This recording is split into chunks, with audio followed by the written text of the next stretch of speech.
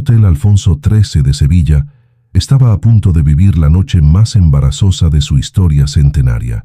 Hiroshi Takeda, uno de los multimillonarios más poderosos de Japón, estaba a punto de abandonar el restaurante estrella Michelin del Hotel Preso de la Ira.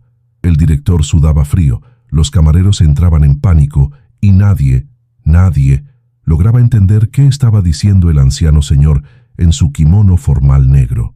Sus palabras en japonés resonaban en el silencio tenso del salón mientras 50 invitados de élite observaban la escena con incomodidad. La reputación del hotel, construida en 120 años, estaba a punto de derrumbarse.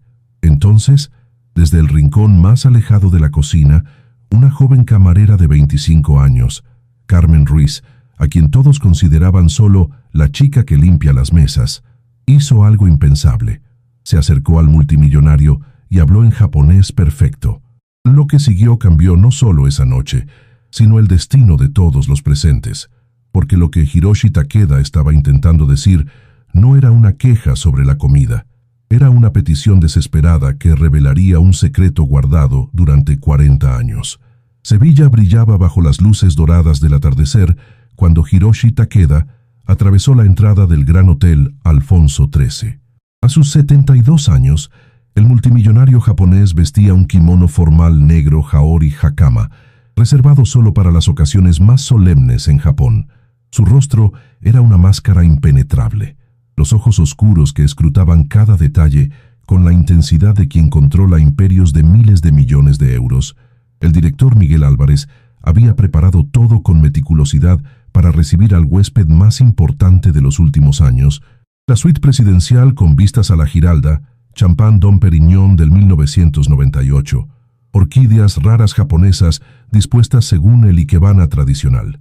50 años de experiencia en la hostelería de lujo le habían enseñado que los detalles marcaban la diferencia. Pero Miguel no podía imaginar que todos esos preparativos serían irrelevantes frente a lo que estaba por suceder. Hiroshi no había venido a Sevilla por negocios. Había venido por algo mucho más personal, algo que lo atormentaba desde hacía 40 años y que esa noche estallaría de forma dramática. A las 8 de la noche, el restaurante estrella del hotel estaba repleto. 50 invitados de la alta sociedad sevillana observaban con curiosidad al legendario multimillonario japonés sentado en la mesa de honor, bajo la araña de cristal veneciano que había visto pasar reyes y primeros ministros. El chef estrella Antonio Fernández había trabajado semanas en un menú que celebraba la cocina andaluza con toques japoneses: arroz caldoso al sake con gambas de Huelva, atún rojo en costra de miso, flan de azahar con té matcha. Pero cuando se sirvió el primer plato, algo salió terriblemente mal. Hiroshi probó el arroz, dejó los cubiertos y comenzó a hablar en japonés con creciente agitación. Su asistente Kenji intentaba traducir algo sobre el sabor, pero las palabras eran vagas, imprecisas, y la vergüenza en su rostro delataba su total inadecuación. Miguel se acercó con su sonrisa profesional perfecta, intentando calmar la situación. Pero Hiroshi continuaba hablando en japonés, cada vez más rápido, cada vez más agitado. Sus manos temblaban mientras señalaba el plato, luego el salón, luego algo que nadie lograba descifrar. Los otros invitados murmuraban. La incomodidad se expandía como una ola en el elegante salón.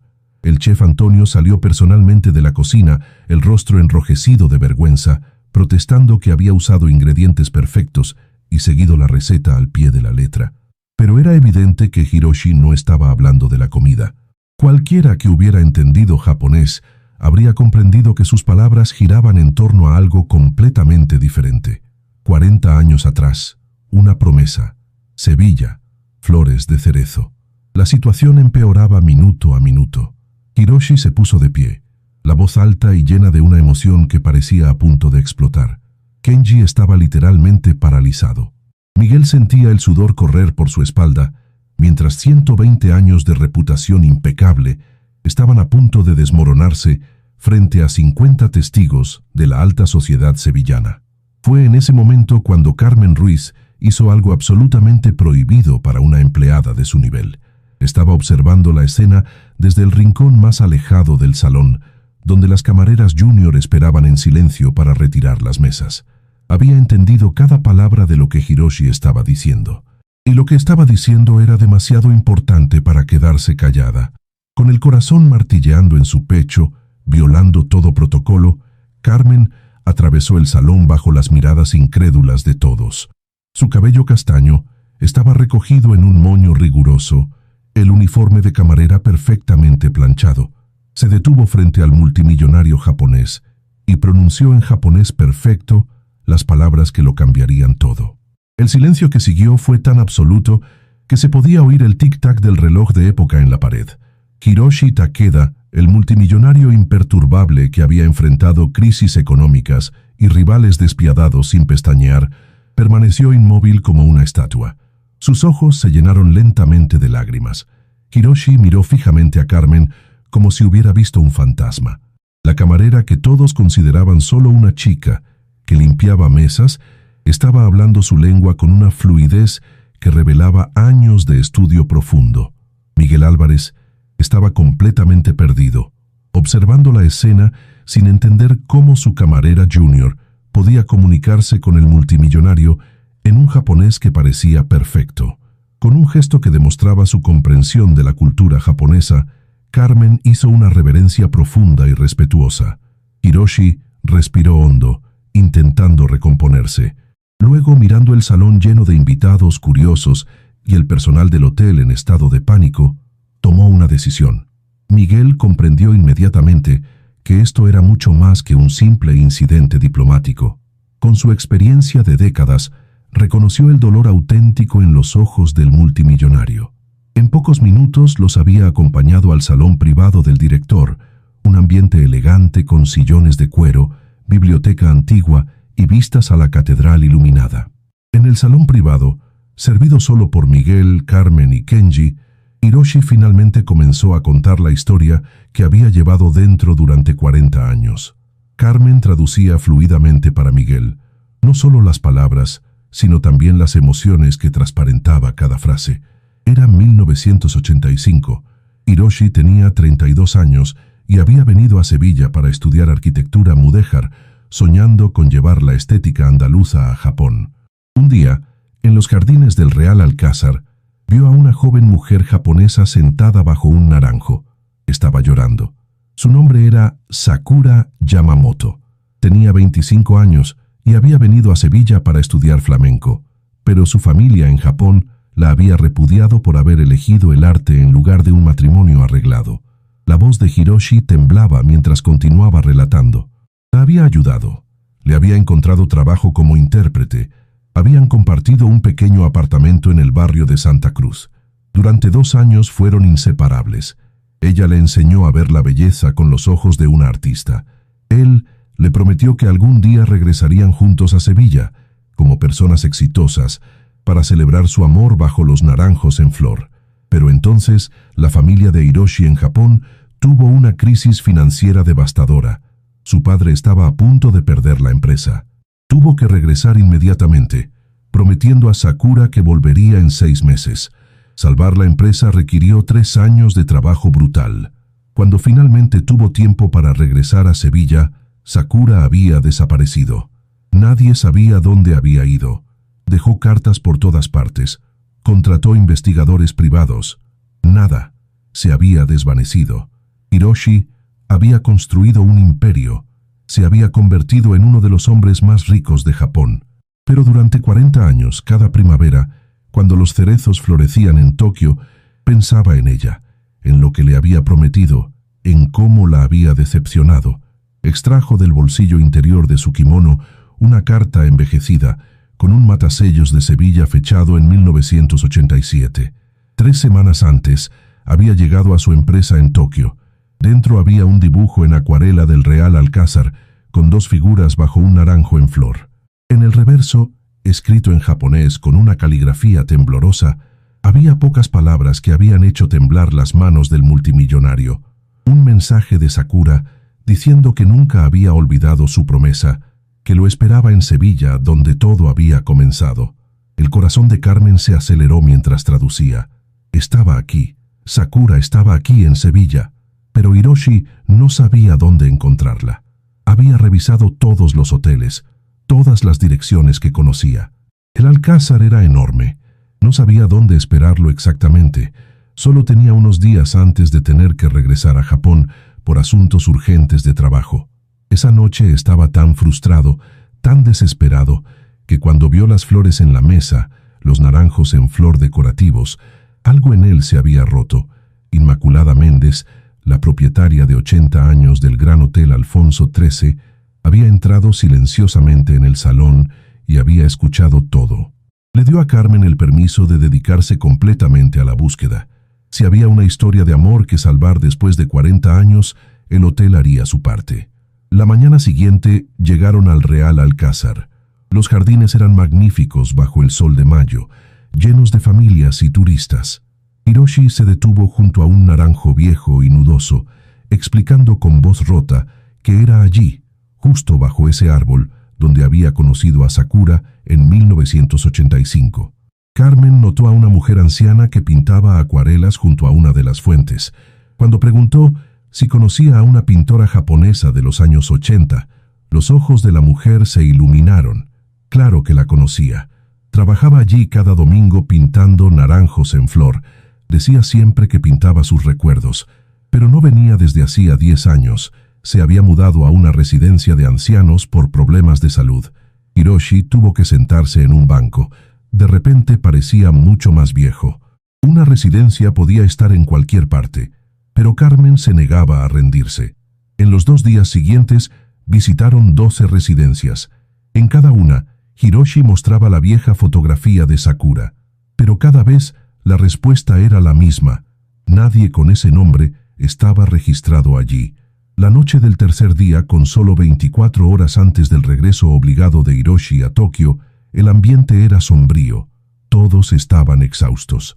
Hiroshi permanecía en silencio, la mirada vacía, como si algo dentro de él se hubiera roto. Pero Carmen repensó la carta. Las palabras exactas eran: «Te espero donde todo comenzó». Habían dado por sentado que significaba el Alcázar, pero ¿y si no era tan simple? Se detuvo de golpe, los ojos iluminándose. Se dirigió a Hiroshi con urgencia creciente, preguntándole si recordaba la dirección del apartamento que había compartido con Sakura en Santa Cruz. Hiroshi rebuscó en su memoria, el rostro concentrado, intentando sacar a la luz detalles enterrados durante 40 años. Calle Vida, número 17. Un pequeño apartamento en el tercer piso, con un balcón que daba a los tejados del barrio de Santa Cruz. Carmen ya estaba de pie, decidida a no perder ni un minuto. Eran las 10 de la noche cuando atravesaron las callejuelas empedradas de Santa Cruz, iluminadas por faroles antiguos. El barrio estaba vivo y vibrante, con tablaos flamencos de los que salían palmas y taconeos. Calle Vida era una calleja estrecha y pintoresca, con edificios de fachadas blancas y rejas de hierro forjado. El edificio del número 17 tenía una puerta de madera maciza y un portero automático oxidado con nombres descoloridos. Carmen comenzó a tocar todos los timbres hasta que alguien respondió molesto. Después de explicar que buscaban información sobre alguien que vivió allí en los años 80, una voz diferente, más anciana, tomó el interfono y dijo que bajaría. La señora Dolores, que abrió la puerta, tenía unos 80 años, cabello blanco y ojos negros curiosos.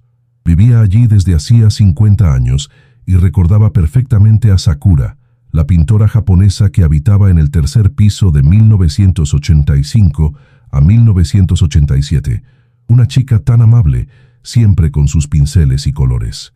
Cuando Hiroshi se adelantó con voz temblorosa, preguntando si sabía dónde había ido Sakura después de dejar el edificio, Dolores lo miró con atención. Sus ojos se agrandaron con reconocimiento súbito. Él era Hiroshi, el novio japonés del que Sakura hablaba siempre, el que debía regresar. Fue como si el tiempo se detuviera. Dolores se llevó una mano al corazón, visiblemente emocionada, explicando que Sakura había esperado durante años, yendo cada día al Alcázar esperando que él regresara. Luego, cuando perdió las esperanzas, había dejado Sevilla. ¿Te está gustando esta historia? Deja un like y suscríbete al canal. Ahora, continuamos con el vídeo. Pero antes había dejado un mensaje diciendo que si alguien venía a buscarla alguna vez, debía ir a la iglesia de Santa María la Blanca. Allí habría dejado algo permanente, algo que resistiría el tiempo. Santa María la Blanca estaba a solo 5 minutos a pie. Corrieron a través de las calles nocturnas de Sevilla como si estuvieran en una carrera contra el tiempo mismo. Un multimillonario de 72 años, una camarera de 25, un director de hotel, un asistente japonés. La iglesia, antigua y majestuosa, estaba cerrada por la noche, pero Carmen conocía al párroco, don José, que vivía en la casa parroquial al lado. Después de tocar insistentemente y contar rápidamente la historia al sacerdote, que había abierto en bata, don José recordó de repente. Hace unos 20 años, una mujer japonesa anciana había pedido permiso para pintar un pequeño fresco en la capilla lateral. Había dicho que era un regalo a la iglesia, en memoria de un amor perdido. El fresco todavía estaba allí. Los guió dentro de la iglesia oscura, encendiendo solo algunas luces. En la capilla lateral dedicada a la Virgen de la Esperanza, había efectivamente un pequeño fresco, no más grande de 1 metro cuadrado, pintado con una delicadeza y maestría extraordinarias. Representaba 2 figuras bajo un naranjo en flor, un hombre y una mujer, sus rostros no completamente definidos pero reconocibles en los rasgos esenciales. Debajo del fresco, en caracteres japoneses minúsculos pero perfectamente legibles, había un mensaje que Carmen tradujo con voz rota por la emoción. Las palabras hablaban de una promesa nunca olvidada, de una espera que duró toda una vida, y de una dirección: Residencia Los Naranjos, Avenida de la Cruz del Campo 245. Una invitación a venir antes de que fuera demasiado tarde, firmada con una simple S. El silencio que siguió fue sagrado. Hiroshi cayó de rodillas frente al fresco, las lágrimas corriendo libremente por su rostro. Ese mensaje había estado allí durante 19 años, esperándolo en silencio, en una capilla donde nadie pensaba en buscar. Miguel ya estaba al teléfono, buscando información sobre la residencia Los Naranjos. La conocía. Era una residencia de ancianos de lujo en la zona de Nervión, muy privada. Podían llegar en 20 minutos. El viaje en coche a través de Sevilla nocturna fue surrealista. Hiroshi estaba sentado en el asiento trasero, apretando la fotografía de Sakura joven, los ojos fijos en el vacío. El miedo era palpable en el coche. ¿Y si Sakura lo odiaba por haberla abandonado? ¿Y si 40 años eran demasiados? Carmen, sentada a su lado, le sostenía una mano en silencio, un gesto de consuelo que trascendía las barreras culturales. Sin palabras, intentaba transmitirle que una persona no pinta un fresco de amor si odia, lo pinta si todavía ama, desesperadamente. La residencia Los Naranjos era un elegante edificio del siglo XVIII, rodeado de un parque centenario.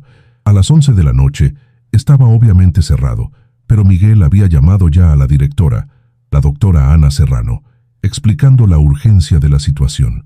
Ella los esperaba en la entrada, una mujer de unos 50 años, con una expresión entre perpleja y conmovida. Una historia de amor de 40 años era como una película cobrando vida. Explicó que Sakura Yamamoto, aunque allí todos la conocían como Sara Morales, el nombre que había adoptado legalmente en los años 90, era huésped desde hacía 10 años. Tenía 71 años, sufría problemas cardíacos y artritis, pero mentalmente estaba lúcida. Era una de las huéspedes más queridas. Pasaba los días pintando pequeñas obras en acuarela que regalaba al personal. Hablaba siempre de un hombre que había amado de joven, de una promesa hecha bajo un naranjo. Los guió a través de pasillos tranquilos con suelos de mármol y cuadros en las paredes, deteniéndose frente a una puerta con una placa. Habitación 217. S. Morales. Era tarde. Probablemente estaba durmiendo, pero para algo así valía la pena molestar. Tocó delicadamente, sin respuesta. Abrió despacio la puerta. La habitación estaba oscura, excepto por una pequeña lámpara en la mesita de noche. En la cama, una figura delgada giraba lentamente la cabeza. Cuando la luz la iluminó, Hiroshi sintió la respiración bloquearse en su garganta. Habían pasado 40 años. El cabello negro se había vuelto gris, el rostro marcado por el tiempo. Pero los ojos, esos ojos negros y profundos, eran exactamente los que recordaba. los ojos que lo miraban llorando bajo el naranjo en el Alcázar en 1985. Hiroshi atravesó la habitación y cayó de rodillas junto a la cama, tomando la mano frágil de Sakura en las suyas. Las palabras que siguieron fueron en japonés, pero la emoción era universal. Disculpas por todos esos años, explicaciones de cómo la había buscado desesperadamente, promesas de no dejarla nunca más. Sakura lloraba, las lágrimas corriendo por sus mejillas arrugadas. Había esperado tanto tiempo, había pensado que estaba muerto, que la había olvidado, pero él nunca la había olvidado, ni un solo día. Ella había vivido en su corazón cada momento durante 40 años. Carmen, Miguel, Kenji y la doctora Serrano se habían retirado en silencio al pasillo, dando a los amantes reencontrados la privacidad que merecían. A través de la puerta entreabierta podían escuchar la conversación en japonés, palabras de disculpas, de amor, de arrepentimiento, de alegría mezclados en un río de emociones demasiado tiempo reprimidas. Sakura contaba cómo había seguido pintando después de su partida, cómo había esperado 3 años antes de comprender que quizás él nunca regresaría, pero no había podido dejar Sevilla. Era la ciudad donde habían sido felices. Así que se quedó, cambió de nombre para facilitar la estancia, trabajó como profesora de arte, expuso en pequeñas galerías. Nunca regresó a Japón porque no quería estar lejos del lugar donde habían hecho su promesa. Hiroshi confesaba haber construido un imperio que estaba vacío sin ella. Se había casado con una mujer elegida por su familia, habían tenido un hijo, pero el matrimonio fue frío, sin verdadera pasión. Su esposa había muerto 5 años antes. Su hijo ahora gestionaba la empresa. Finalmente era libre, pero había pensado que era demasiado tarde. La voz de Sakura, frágil pero firme, resonó en el silencio de la noche. Nunca era demasiado tarde para el amor verdadero. Él estaba allí ahora, y eso era lo único que importaba. El amanecer encontró a Hiroshi todavía sentado junto a la cama de Sakura, sus manos entrelazadas, hablando de 40 años perdidos y de los días que quedaban. La doctora Serrano entró discretamente con café, explicando con delicadeza que Sakura tenía problemas cardíacos serios y necesitaba cuidados constantes. No podía viajar largas distancias. Hiroshi no dudó ni un segundo. Se quedaría él. Su asistente Kenji podía gestionar la empresa remotamente. Después de 40 años persiguiendo el éxito, era momento de perseguir lo que realmente importaba. Cuando Sakura protestó débilmente, diciendo que no podía abandonar su vida por ella, Hiroshi respondió con una firmeza que no admitía discusión. Aquella vez había elegido la familia y el deber. Esta vez la elegía a ella. Elegía el amor. En los días siguientes, Sevilla fue testigo de algo extraordinario. Hiroshi canceló su regreso a Japón, enviando ondas de choque a través del mundo financiero japonés. Alquiló una suite permanente en el Gran Hotel Alfonso XIII, no porque necesitara vivir allí, sino porque quería honrar el lugar y las personas que habían hecho posible su reencuentro. Cada día, desde las 9 de la mañana hasta las 6 de la tarde, Hiroshi se sentaba junto a Sakura en la residencia Los Naranjos. Hablaban, reían, lloraban, recuperando 40 años perdidos. Él le contaba de la vida en Japón, de cómo la tecnología había cambiado el mundo. Ella le mostraba sus cuadros, cientos de acuarelas de naranjos en flor, pintados año tras año como una oración silenciosa, una expectativa que nunca se había apagado. Carmen visitaba a menudo, llevando flores frescas y noticias del hotel. Había desarrollado un vínculo profundo con ambos, convirtiéndose casi en una hija adoptiva para la pareja reencontrada. Los dos ancianos se comunicaban cada vez más sin necesidad de palabras. Habían desarrollado un lenguaje hecho de miradas, de sonrisas, de manos que se apretaban con una ternura que dolía mirarla. 2 semanas después del reencuentro, Hiroshi organizó algo especial. Con la ayuda de Carmen, Miguel y un ejército de jardineros, transformó el jardín de la residencia Los Naranjos. Los naranjos ya existentes fueron cuidados y podados con maestría japonesa. Y esperó con paciencia a que llegara el momento justo. A finales de abril, milagrosamente, los naranjos florecieron en su máximo esplendor. Una alfombra de pétalos blancos y el aroma del azahar transformó el jardín de la residencia en un paraíso andaluz intensificado, un pedazo de sueño hecho finalmente realidad. Ese día, con el permiso de los médicos y bajo estricta vigilancia, Sakura fue llevada afuera en una silla de ruedas. Vestía un kimono azul que Hiroshi le había regalado, el cabello gris recogido con una peineta de nácar. Hiroshi vestía su kimono formal negro, el mismo que había llevado aquella noche en que todo comenzó en el restaurante del hotel. Bajo los naranjos en flor, rodeados de pétalos que caían como nieve blanca perfumada, frente a 50 testigos emocionados, el personal del hotel, los huéspedes de la residencia Los Naranjos, Don José, la señora Dolores de Calle Vida, la pintora anciana del Alcázar e incluso el chef Antonio, que lloraba abiertamente, Hiroshi y Sakura pronunciaron los votos que debieron intercambiar 40 años antes. No fue un matrimonio legal. Ambos eran demasiado ancianos y enfermos para preocuparse de documentos burocráticos, pero fue real en todas las formas que importaban. Don José bendijo su unión. Los pétalos de naranjo siguieron cayendo como confeti natural ofrecido por la naturaleza misma, y por un momento perfecto, dos almas separadas durante 40 años fueron nuevamente una sola. En los meses que siguieron, Hiroshi transformó completamente su vida. Vendió gran parte de su imperio, manteniendo solo lo suficiente para garantizar seguridad financiera a su hijo y herederos. El resto lo donó a fundaciones artísticas y culturales que promovían intercambios entre Japón y España, construyendo puentes entre las dos culturas que habían dado forma a su historia de amor. Creó una beca llamada Sakura Scholarship para jóvenes artistas japoneses que quisieran estudiar en España, y estableció que el Gran Hotel Alfonso XIII tendría para siempre una suite Sakura, una habitación reservada gratuitamente una semana al año para parejas que se reunían después de largas separaciones. Carmen recibió una promoción extraordinaria, convirtiéndose en directora de Relaciones Internacionales del hotel. Su talento lingüístico y su sensibilidad cultural finalmente eran reconocidos. Inmaculada Méndez, la propietaria, bromeaba diciendo que nunca habría imaginado que contratar a una camarera que hablaba japonés salvaría no solo un amor, sino el alma misma de su hotel. 18 meses después del reencuentro, en una tarde de primavera cuando los naranjos estaban nuevamente en flor, Sakura se durmió por última vez. Su mano estaba apretada en la de Hiroshi, una sonrisa de paz absoluta en su rostro. No había dolor en ese momento, solo la serenidad de quien había completado finalmente el círculo de su propia vida. Hiroshi vivió otros 3 años, cada día transcurrido en el jardín bajo los naranjos, pintando acuarelas de flores de naranjo. Había aprendido de Sakura, y cada pincelada era una forma de mantenerla viva en su memoria.